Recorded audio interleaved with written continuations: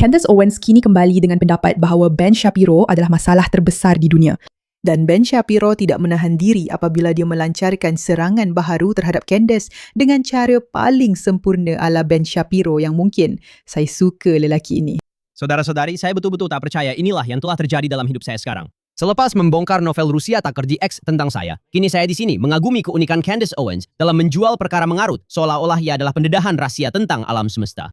Ingat, kalau Anda tak nampak muslihat itu, Anda mangsanya. Kalau anda tak nampak muslihat itu, andalah mangsanya. Selamat datang ke Pushback. Saya Mira K, host anda. Hari ini kita di sini untuk melawan kegilaan di internet dan tiada siapa yang melakukannya seperti Ben.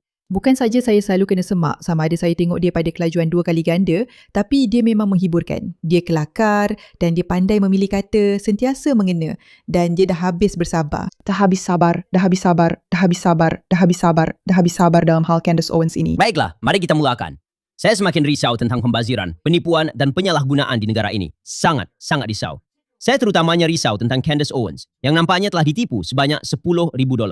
Jadi untuk mereka yang terlepas, Candace Owens ada teori baru. Semua orang terlibat dalam pembunuhan Charlie Kirk kecuali pembunuh sebenar Charlie Kirk. Dan kebelakangan ini dia coba kaitkan saya dalam hal itu. Sayalah orangnya. Nampaknya sayalah orangnya. Sebab sekali lagi, kuasa luar biasa saya yang hebat bukan sahaja meliputi dasar luar Amerika, tetapi juga pembunuhan Charlie Kirk menurut Candace Owens. Saya suka itu kan? Macam mana dia berjaya buat Candace nampak macam dia tak sup dengan Ben dan meletakkan Ben pada satu tahap yang sangat penting dan hebat sampai dia ada kuasa ajaib. Dia boleh buat apa sahaja yang dia mahu. Dia mempermainkan kita dengan begitu baik. Dia memang pandai buat begitu. Hey, jadi dia ada satu teori. Teorinya ialah, saya berjumpa dengan seseorang yang sangat jahat untuk makan tengah hari pada hari Charlie meninggal dunia.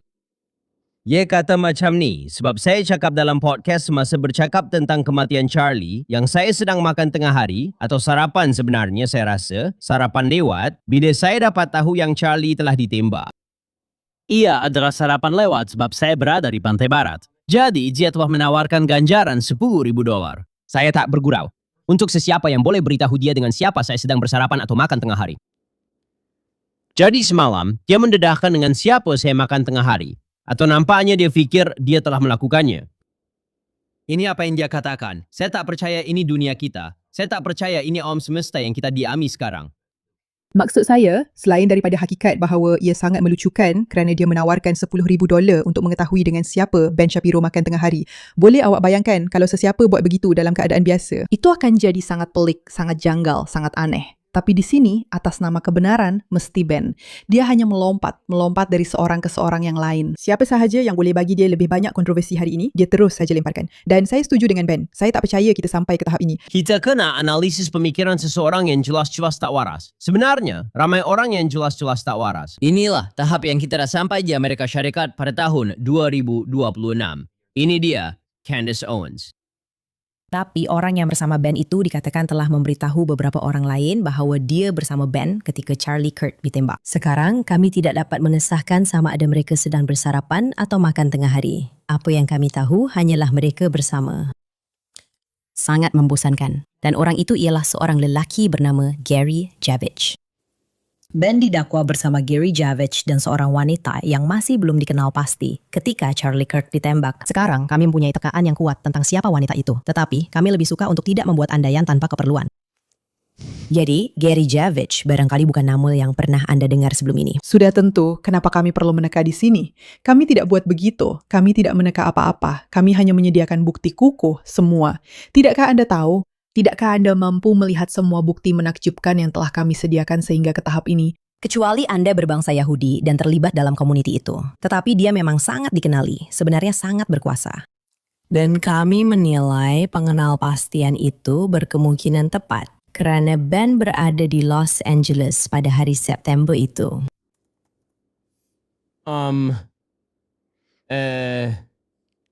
Siapa? Apa? Siapa wanita itu?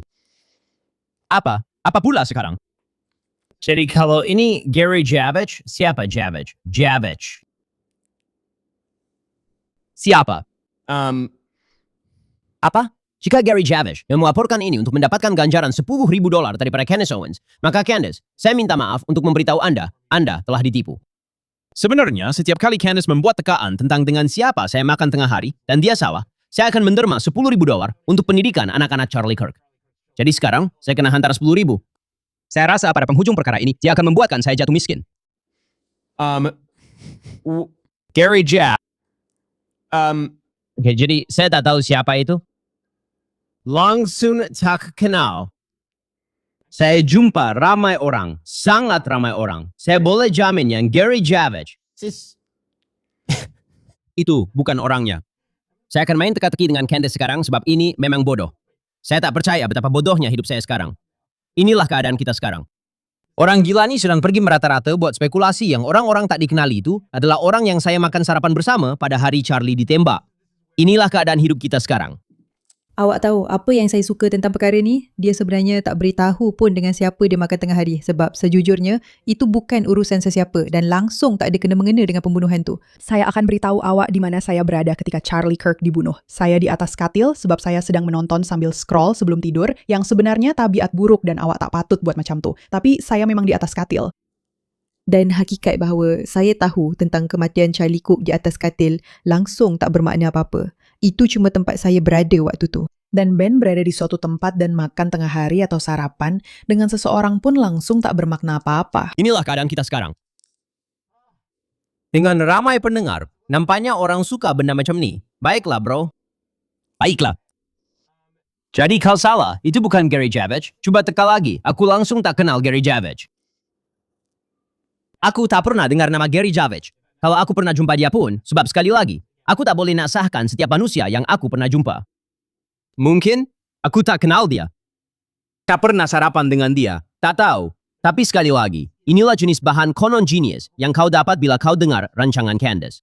Tanda konon genius, kau dapat spekulasi dia tentang dengan siapa aku bersarapan, di mana aku makan. Aku nak tahu di mana aku makan dan apa yang aku makan. Dan adakah ia baik untuk aku atau tidak? Apa yang aku pakai?